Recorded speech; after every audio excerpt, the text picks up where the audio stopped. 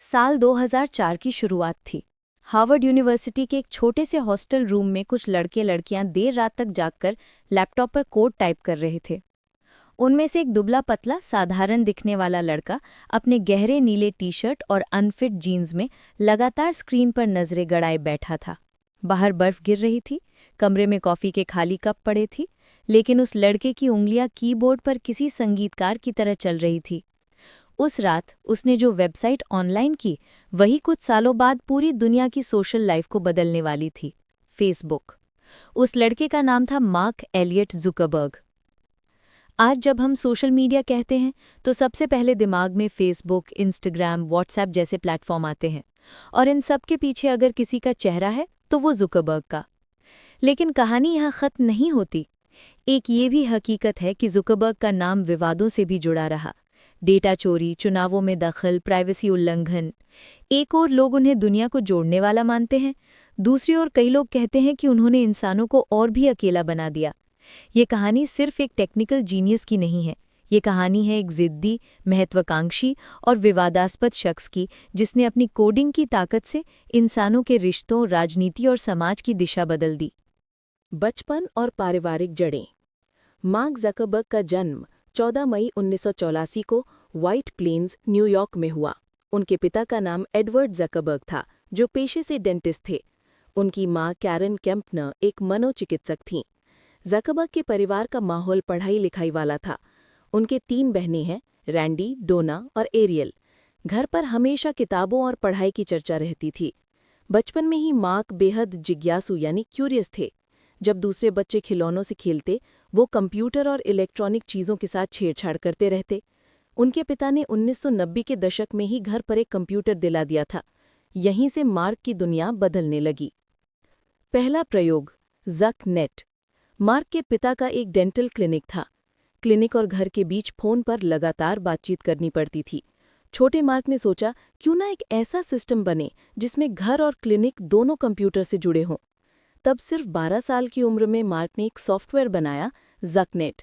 ये एक साधारण नेटवर्क था जो घर और क्लिनिक के बीच चैट सिस्टम की तरह काम करता था।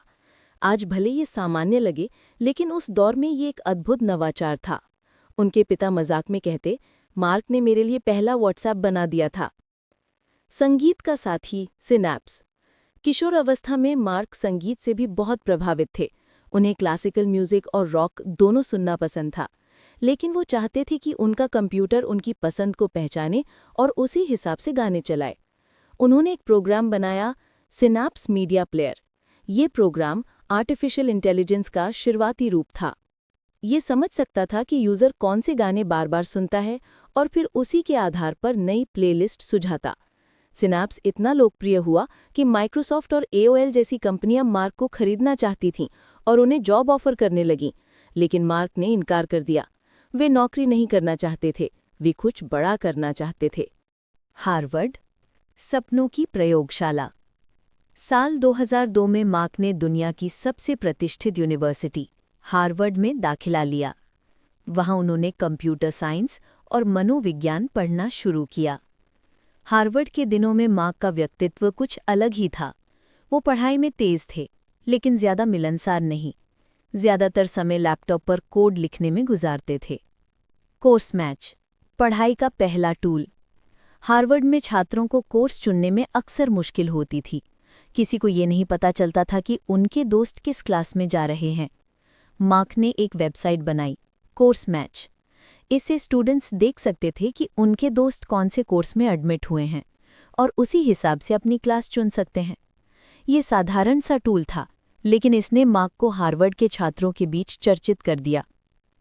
फेस मैश, विवाद की शुरुआत। 2003 में एक ठंडी रात को मार्क ने एक और प्रोजेक्ट पर काम शुरू किया, फेस मैश। इस साइट पर हार्वर्ड के स्टूडेंट्स की तस्वीरें एक दूसरे से तुलना के लिए लगाई जाती थीं और यूजर्स को चुनना होता था कि कौन ज्यादा आकर्षक है।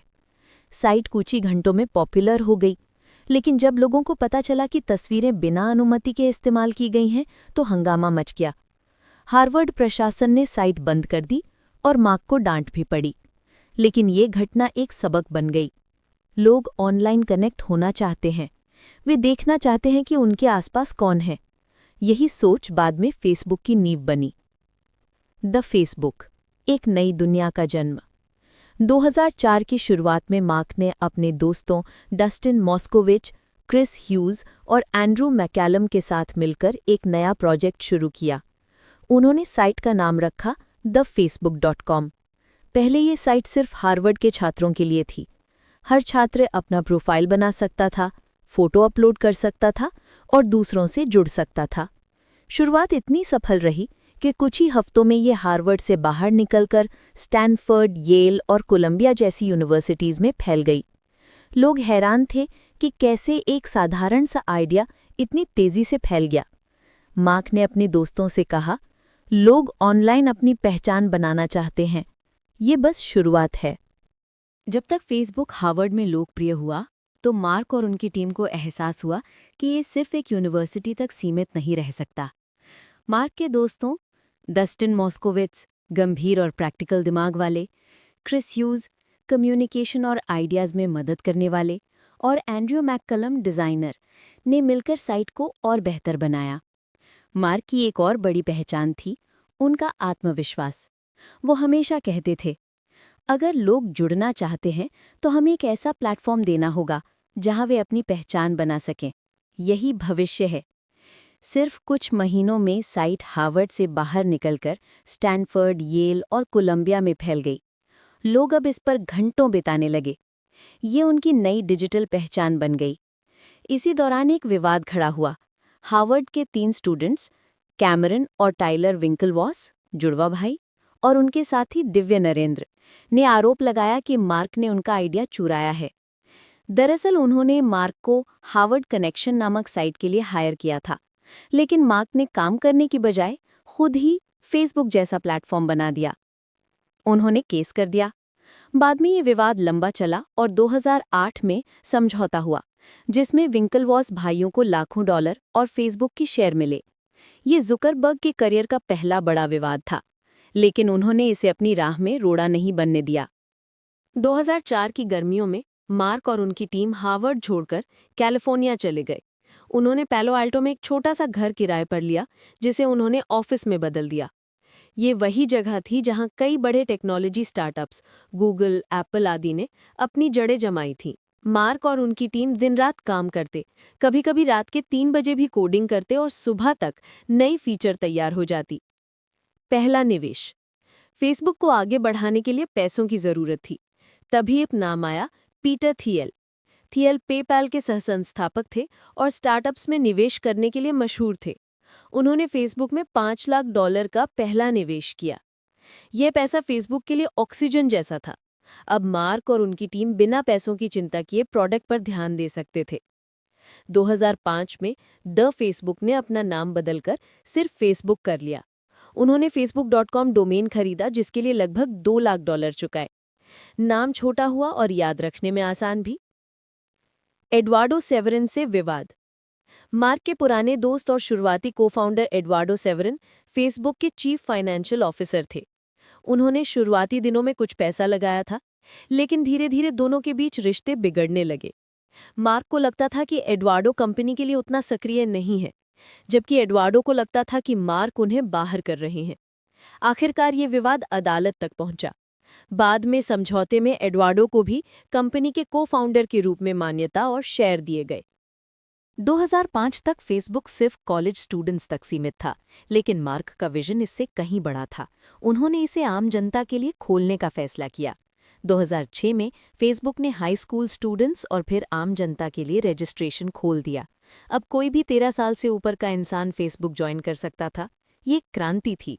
लोग प्रोफाइल बनाते, फोटो अपलोड करते, वॉल पर लिखते और दूसरों के साथ कनेक्ट होते। उस समय माईस्पेस और ऑरकुट जैसे सोशल नेटवर्क मौजूद थे, लेकिन फेसबुक का डिज़ाइन और आसान इंटरफेस लोगों को ज़्यादा भाया। याहू का ऑफर। 2006 में याहू ने फेसबुक को $1 बिलियन यानी करीब 8,000 करोड़ रुपए में खरीदने का ऑफर दिया। कंपनी के कई लोग मानते थे कि ये अच्छा मौका है, लेकिन मार्क ने इनकार कर दिया। उन्होंने कहा, फेसबुक सिर्फ एक कंपनी नहीं है, ये एक मिशन है। हमारा लक्ष्य दुनिया को जोड़ना है। यही वो पल था जिसने साबित कर दिया कि मार्क सिर्फ पैसे के लिए काम नहीं कर रहे थे, बल्कि उनके पास बड़ा विजन था। 2006 में फेसबुक ने एक फीचर लॉन्च किया, न्यूज़ फीड। ये एकदम नया कॉन्सेप्ट था। अब यूजर्स देख सकते थे कि उनके दोस्तों ने क्या पोस्ट किया है, किसने किससे दोस्ती की, किसने कौन सी फोटो अपलोड की।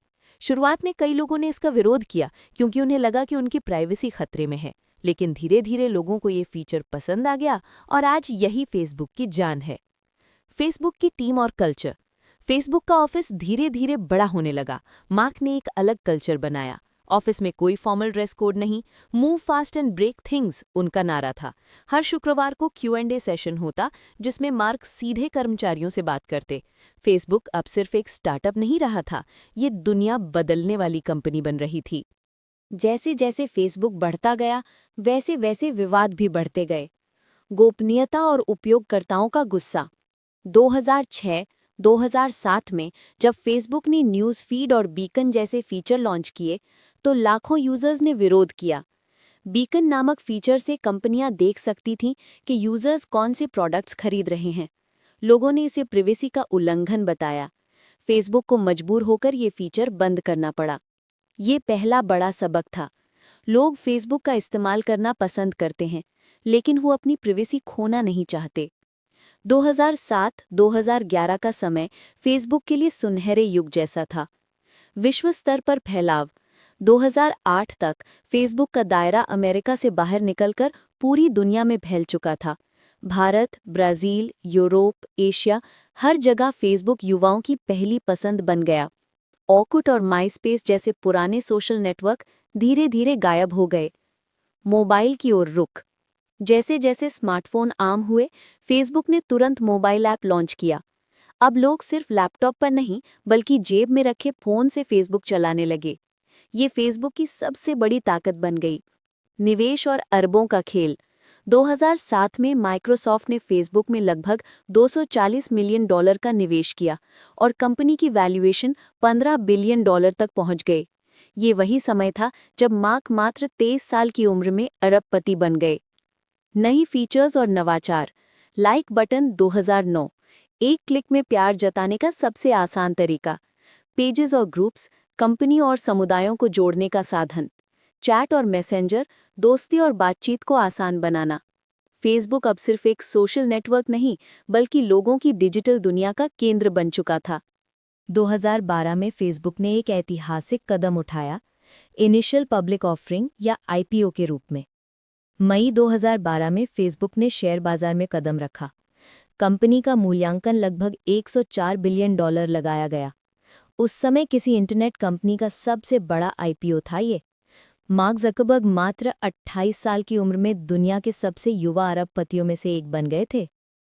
हालांकि शुरुआती दिनों में IPO को लेकर कुछ तकनीकी दिक्कतें आईं और निवेशकों को उम्मीद के मुताबिक मुनाफा नहीं मिला, लेकिन लंबे समय में फेसबुक के शेयर आसमान छूने लगे। 2012 में IPO से ठीक पहले फेसबुक ने एक बड़ा दांव खेला। उन्होंने इंस्टाग्राम को $1 बिलियन में खरीद लिया। उस समय कई लोगों ने कहा कि ये बहुत ज़्यादा कीमत है, लेकिन बाद में यही सौदा फेसबुक का मास्टर स्ट्रोक साबित हुआ। निजी जीवन में नई शुरुआत। 2012 का साल मार्क के निजी जीवन के लिए भी खास रहा। उन्होंने अपनी गर्लफ्रेंड प्रिसिला चांद से शादी की, जिनसे उनकी मुलाकात हार्वर्ड में हुई थी। फेसबुक को बढ़ाने के लिए मार्क ने कई बड़े बड़े फैसले किए। 2014 में फेसबुक ने व्हाट्सएप को लगभग $19 बिलियन में खरीद लिया। ये सौदा इतना बड़ा था कि पूरी दुनिया दंग रह गई। आज व्हाट्सएप दुनिया की सबसे बड़ी मैसेजिंग सेवा है। Oculus VR।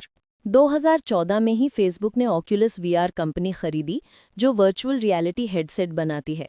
मार्क का सपना था भविष्य का इंटरनेट सिर्फ स्क्रीन पर नहीं, बल्कि वर्चुअल अनुभवों में होगा। मेटा का जन्म।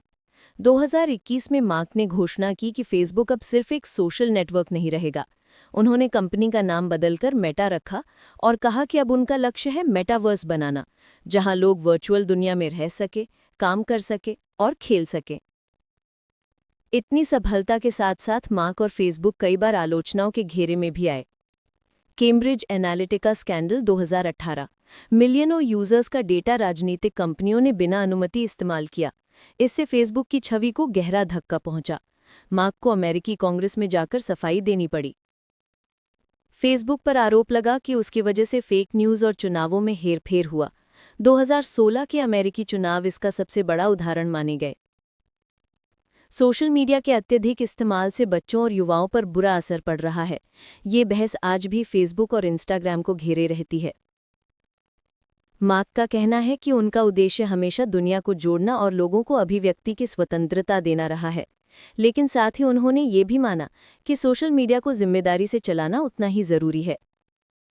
मार्क और उनकी पत्नी प्रिसिला चान ने 2015 में एक बड़ी घोषणा की कि वे अपनी 99% संपत्ति मानवता के हित में दान कर देंगे। इसके लिए उन्होंने चैन ज़करबर्ग इनिशिएटिव की शुरुआत की, जिसका लक्ष्य है शिक्षा में सुधार, बीमारियों का इलाज, गरीबी हटाना, तकनीक को समाज के काम लाना। व्यक्तिगत जीवन। मार्क और उनकी पत्नी की 2 बेटियां हैं, मैक्स और ऑगस्टा। मार्क एक साधारण जीवन जीना पसंद करते हैं, वही ग्रे कलर की टी-शर्ट पहनना, घर पर परिवार के साथ वक्त बिताना, किताबें पढ़ना और नई भाषाएं सीखना। आज मार्क ज़करबर्ग सिर्फ फेसबुक या मेटा के संस्थापक नहीं हैं, बल्कि वे डिजिटल क्रांति के सबसे बड़े नेताओं में से एक हैं। उन्होंने ये दिखाया कि एक छोटे से छात्रावास के कमरे से शुरू होकर दुनिया की सबसे बड़ी टेक कंपनी बनाई जा सकती है। मार्क ज़करबर्ग की कहानी हमें सिखाती है, सपना बड़ा देखो, टेक्नोलॉजी का इस्तेमाल करो, लगातार सीखते रहो और आलोचनाओं से डरकर पीछे मत हटो। आज भी मार्क का मिशन है दुनिया को जोड़ना और एक ऐसा भविष्य बनाना जहां लोग बिना सीमाओं के मिल सकें। ये थी मार्क ज़करबर्ग की कहानी, जिसमें एक छोटे से आइडिया ने दुनिया बदल दी। वीडियो पसंद आई हो तो लाइक और सब्सक्राइब ज़रूर करें, क्योंकि नॉलेज ही अपना सबसे बड़ा इन्वेस्टमेंट है। मिलते हैं नेक्स्ट वीडियो में एक और इंस्पायरिंग कहानी के साथ।